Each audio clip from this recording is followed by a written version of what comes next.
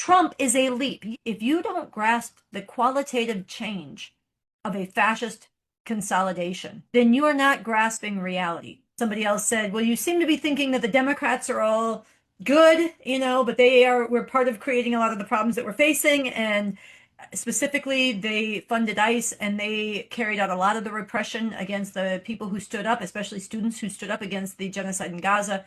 So why are you thinking that everything is better with them? Number one, we have to grasp that whatever problems, and look, I have many, many problems with the Democratic Party, with the system of American capitalism, imperialism, the system that governs this country. I'm probably in a minority on some of my views among those of us on this call in terms of the depth of what I see is unreformably wrong with the nature of this system and how it functions in both the ruling parties.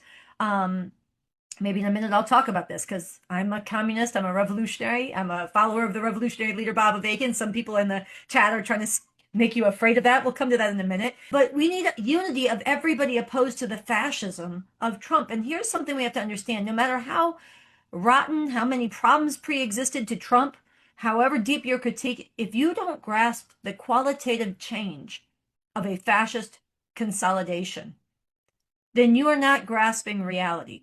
And to say that fascism is worse is not to say that everything was great before Trump or to say that everything will be solved by driving out this regime. It's to recognize that fascism is an openly terroristic form of dictatorship. It is ruthless, lawless, doesn't even have the pretense of rights or protections of the people.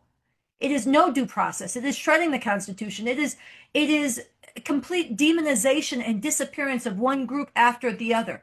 You can look at the history of Germany and say there were pogroms, there was bigotry against Jewish people, there was all kinds of things that needed to be overcome.